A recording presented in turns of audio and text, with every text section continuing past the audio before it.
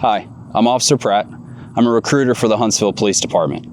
I'm standing behind the police academy where the cadets receive the majority of their physical training. This video is an instructional guide for the physical abilities test, which is your second step in the hiring process in becoming a police officer. First, you have to submit an application by going to joinhuntsvillepd.com. Second, you'll schedule yourself for the physical abilities test and choose the date and time that works best for you. We'll go step by step through the test in this video, explain the requirements, and demonstrate the proper techniques. I want you to be prepared and have the tools that you need to succeed. If you need to contact us with any further questions, or if you need assistance in submitting an application or scheduling your physical abilities test, you can contact us at hpdrecruiting@huntsvilleal.gov. Good luck.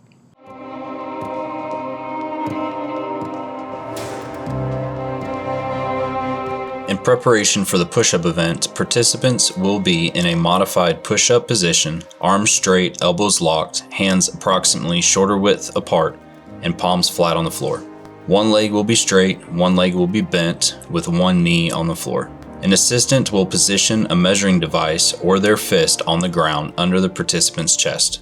Once all participants are in this preparatory position, the test administrator will give the command, "Get ready." Participants will now assume the push-up position, raising their knee off of the ground, having both legs straight, ready to begin. The body should be essentially straight when viewed from the side. The feet may be together or up to 12 inches apart. On the start push-ups command, participants will begin. Participants must lower their entire body by bending at the elbows and shoulders until their chest touches the measuring device. In the down position, the upper arms should be parallel to the ground. The participant finishes one repetition when they return to the starting position by raising their entire body until the arms are fully extended with elbows locked.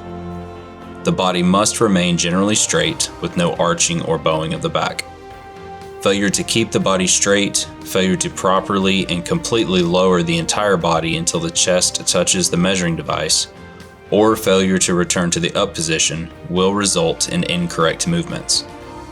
Incorrect movements will not be counted as repetitions. The only authorized rest position is the up position.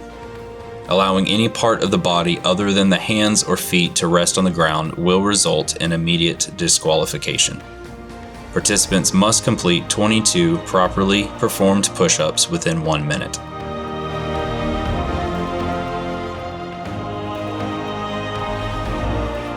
On the Get Ready command, the participant assumes the starting position by laying flat on their back with knees bent at 45 degrees.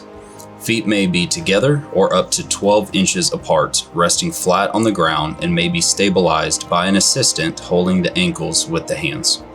The participant's fingers must be interlocked behind the head or neck. On the Start Sit-Ups command, the participant begins raising the upper body to the up position where both elbows must touch their knees. The participant then lowers their body until the upper portion of the back, the shoulder blades, touches the ground. The head, hands, arms, and elbows do not have to touch the ground. The up position is the only authorized rest position. While in the rest position, the participant's fingers must remain interlocked behind the head. Failing to reach the up position, failing to keep the fingers interlocked behind the head or neck, arching or bowing the back, and raising the buttocks off the ground to raise the upper body, or allowing feet to leave the floor will result in incorrect movements. Incorrect movements will not be counted. Lying flat on the floor for longer than 1 second or failing to try to continue the test will result in immediate disqualification. Participants must complete 25 properly performed sit-ups within 1 minute.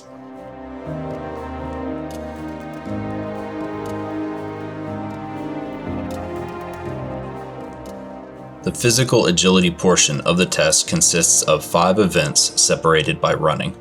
Participants will start with the vehicle push, then run to the fence climb, window step through, the balance beam, and finally the weight drag. The first part of the agility course is the vehicle push. You are required to push the patrol vehicle 15 feet from the rear. There are no other requirements or restrictions on how you push the vehicle.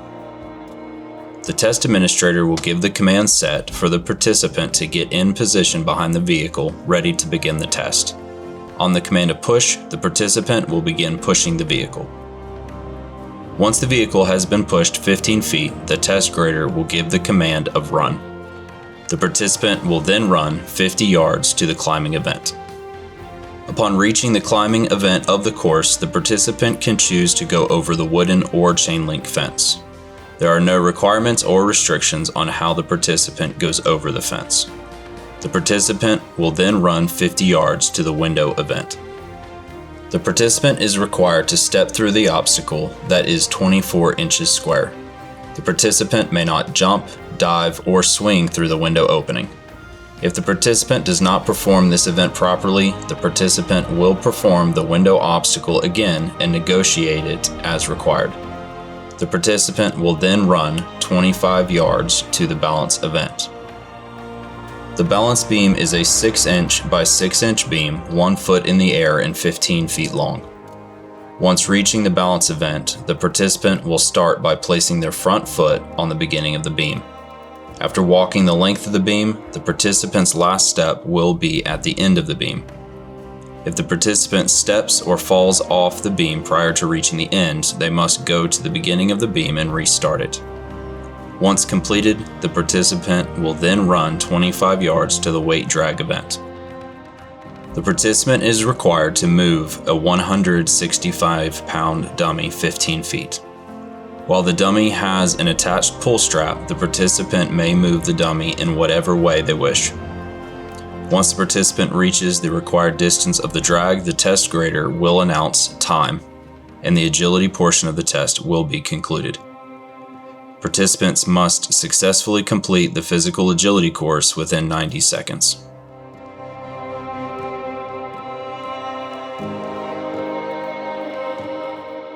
All participants will position themselves behind the starting line.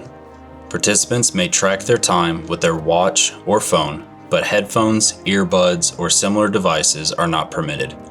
On the command run, the timing clock will start and participants will begin running. The running track is 1/4 mile per lap. Participants will run 6 laps to complete the 1.5 mile run. At the end of each lap, participants will loudly and clearly announce their name and the lap completed as they pass through the start-finish line. Once participants have completed their 6th lap, their total run time will be recorded. Participants should immediately exit the track upon passing the finish line so as to not inhibit the movements of other participants. Participants must complete the 1.5 mile run within 15 minutes, 28 seconds.